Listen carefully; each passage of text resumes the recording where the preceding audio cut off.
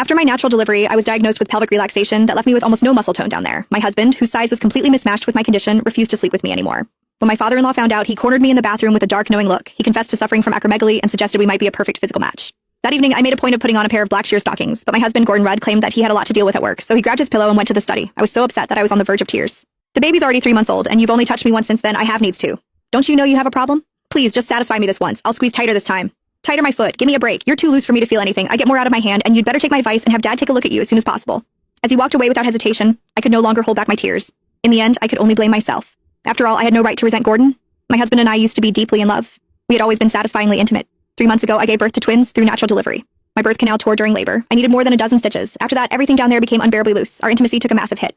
My husband slept with me only once after the birth, then flatly refused to do it again. These past few weeks, I had been making do with eggplants, cucumbers and stuff, but as big and thick as those things were, they could not compare to a real warm man. If anything, they only made my cravings stronger. That night, I was so desperate, I swallowed my pride and begged my husband again. However, not only did he refuse me outright, he once again told me to find time to see his father for treatment as soon as possible. My father-in-law, Mark Rudd, was a gynecology specialist at a top-tier local hospital. He was incredibly skilled. People even called him a miracle worker in gynecology. He was my father-in-law, after all. How could I, as his daughter-in-law, possibly go to him with a problem like that? Even though Mark was nearly 50, he was strikingly handsome. He always wore a pair of gold-rimmed glasses that made him look refined and scholarly. He kept himself in excellent shape, too. His body was firm and muscular, radiating a kind of mature masculine charm. Ever since Gordon stopped touching me, I had fantasized about Mark more than once. If he were really the one examining me for that condition, I would probably lose control and humiliate myself beyond belief. If that had happened, I would be too ashamed to even show my face in this house. While I was lost in my tangled thoughts, the sounds of intimacy drifted faintly through my in-laws' room next door. The noises were unmistakably heated. It was obvious that Mark had Janet pinned beneath him. He was thrusting hard. As Janet's breathless gasps and soft moans continued through the wall, I actually found myself feeling envious and jealous. If only I were the one underneath Mark. The thought sent what was left of my smoldering desire roaring back to life and burning hotter than ever. I could not help squeezing my thighs together and rubbing them against each other for friction.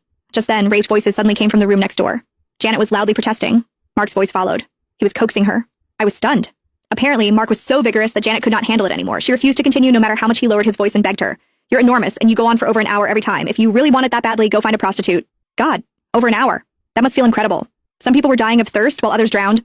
Mark's size and stamina were astonishing, yet Janet treated it like a burden. Meanwhile, I was empty and aching with need, yet Gordon would rather take care of himself than touch me even once. The world really was not fair. With a sigh, I climbed out of bed and padded miserably to the guest bathroom in the living room. Standing in front of the mirror, I looked at myself. My skin was fair and smooth. I had a body with curves that turned heads. Anyone who saw me would call me a beauty. Yet, despite my perfect appearance, my husband paid no attention. I was left to rely on myself. I stood in front of the mirror, lifted one leg, and bit my lip. I started pleasuring myself. When Janet had suggested that Mark find a prostitute, I wished I could just rush in and tell him not to bother looking and that he should just come to me. I was cleaner than a prostitute. More importantly, I needed it much more than they did. I thought, God, what am I thinking? He's my father-in-law. The more I tried to stop myself, the more those thoughts kept creeping in. Without realizing it, I even started to whisper, Mark, harder, do it harder. The forbidden thrill and the madness of it all made me feel more aroused than ever. I got carried away as my